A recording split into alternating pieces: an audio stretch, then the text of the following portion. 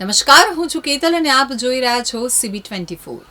મુખ્યમંત્રી ભૂપેન્દ્રભાઈ પટેલે રાષ્ટ્રીય વન શહીદ દિવસ નિમિત્તે 9 જેટલા શહીદોને શ્રદ્ધાસુમન અર્પણ કર્યા હતા।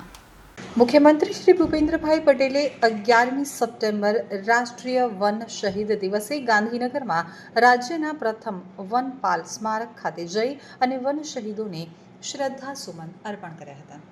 વન અને વન્યજીવોના સંરક્ષણ તેમજ સંવર્ધન દરમિયાન ફરજ બજાવતા શહીદ થયેલા વન વિભાગના વનરક્ષક, વનપાલ, પરિક્ષેત્ર વન અધિકારીઓ અને અન્ય ફ્રન્ટલાઇન વનકર્મીઓની શહાદતના સન્માનમાં કેન્દ્ર સરકાર દ્વારા 2013થી દર વર્ષે 11મી સપ્ટેમ્બરને રાષ્ટ્રીય વન શહીદ દિવસ તરીકે ઉજવવામાં આવે છે।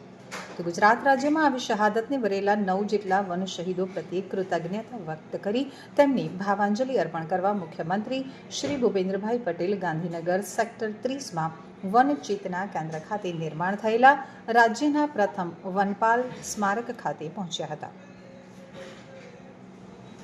તેમણે વનમંત્રી શ્રી મુળુભાઈ બેરા તથા રાજ્યમંત્રી શ્રી મુકેશભાઈ પટેલ સાથે વન શહીદ વીરોને ભાવપૂર્વક અંજલિ આપી અને 2 મિનિટનું મૌન પાળી યથોચિત સન્માન આપ્યું હતું।